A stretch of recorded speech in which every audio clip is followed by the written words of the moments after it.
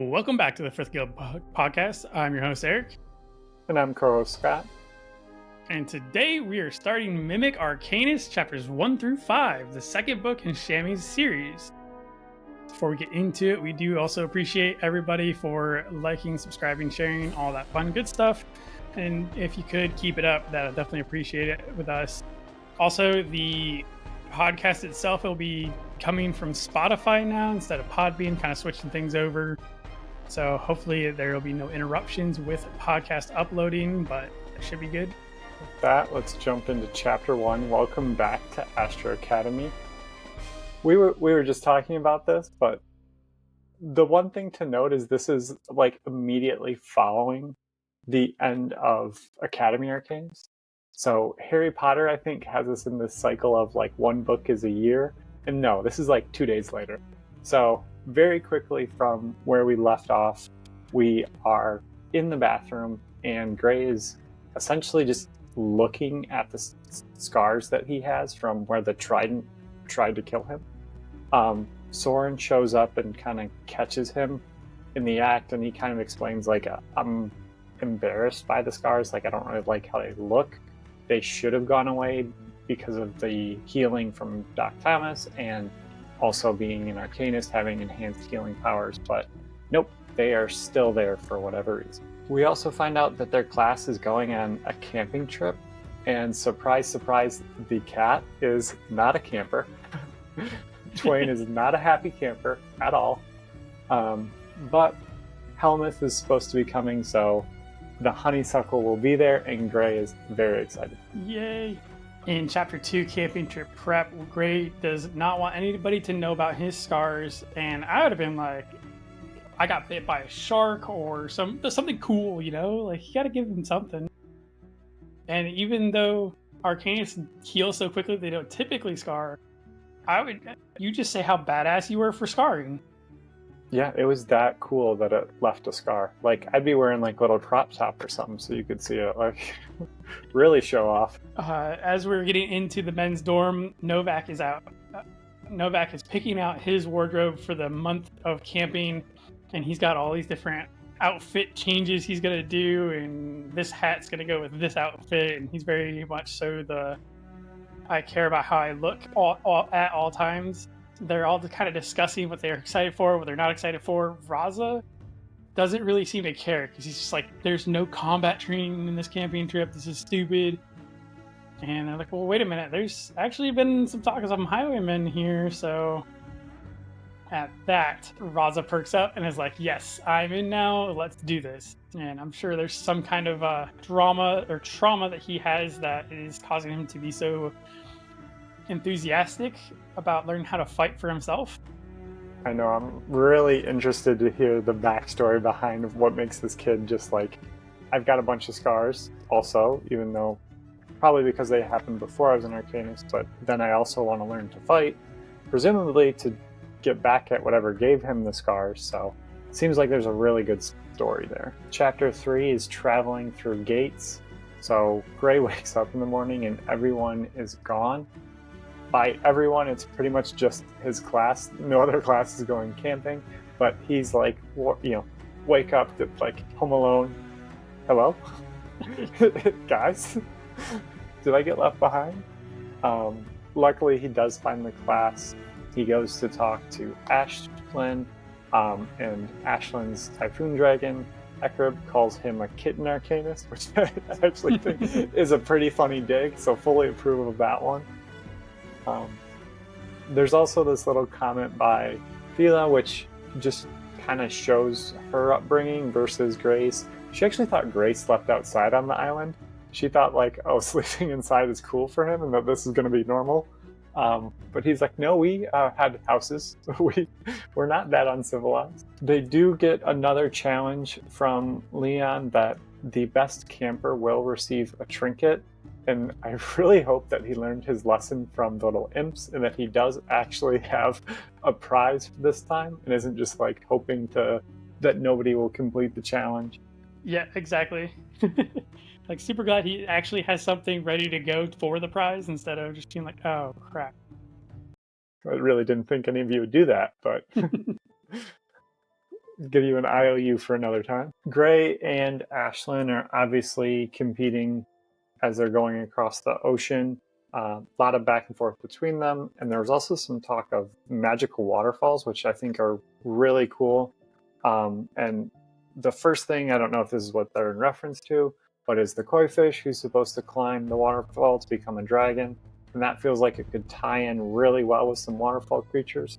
So, little off tangent, but that was where my thought went at the waterfalls. So that's how you get a Magikarp to evolve. Yeah, you gotta take it up into the dragon. It really is based on a Japanese thing with the koi fish, but based on a myth or a story. And they are going to end up using the gates of crossing, this time to go the other way to go to our camping site. That's where Chapter 4 picks up with safe travels. Don't mind the holes in the wall of the basement of the academy, just massive destruction that is left behind.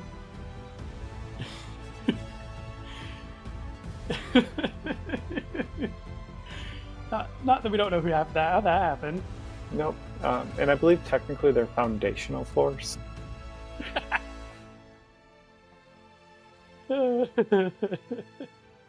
Semantics. Actually. Well, so freaking Starling has to come over and start stirring the pot and basically saying that if they would have been there, that nothing would have been bad, nothing would have happened. And Sorin comes over to save Gray, but we would have loved to hear the retort that Gray was about to give Starling and Novak for what they were going to do. I can just hear, yeah, you and your tier 2 creature would have been great. Let's leave it to the 3s and the 4s over here. Oh, you're going to evoke endurance? Oh. Don't worry, guys, we won't get poisoned. It's okay. Meanwhile, it gets hit with raw magic. As everybody's getting loaded up onto the ship here, the sailing boat, they're describing this as, we're starting to notice Nazbit's very far back in the line. He doesn't want to go up it, and Nazbit is being described as a very portly man, and is definitely enjoyed his sweets and has not exercised nearly as often as he probably should. And along with that, Brack is a stone golem, so we're going to have to worry about the weight of this getting up the gangplank. So this is one of those things that kind of surprised me with Gray, is that he noticed this and had decided that he was going to have Twain transform into the stone golem Brack and have Twain walk up the gangplank to see if it'll hold him. This is where we find out that it will hold him. Brack is just fine to walk across himself. And again, it surprises me that he noticed this and decided to actually do this for Brack and Nazbit. It takes a lot of, I guess, noticing to, one, be able to, see Nazbit is uncomfortable, and then two, to be why are they uncomfortable, and then what can I do to support it? So this is not like a hold the door open for you type of goodwill. This is I'm noticing your distress. I'm going to go out of my way to figure out what's causing it and how we can maneuver around. And I like this point where he's starting to show he's becoming friends with or accepting of his classmates, and I think this is kind of a good spot of showing his character developing. Brings us to Chapter 5, Foxfire Practice. So they have gone through the gates. They are in the middle of the ocean. Surprise, surprise. The kitten does not like the ocean. But there's a lot of kind of back and forth with Axie. She, wants to help, but it turns out that just people sassing each other all over the place right now. And it's just so fun to read.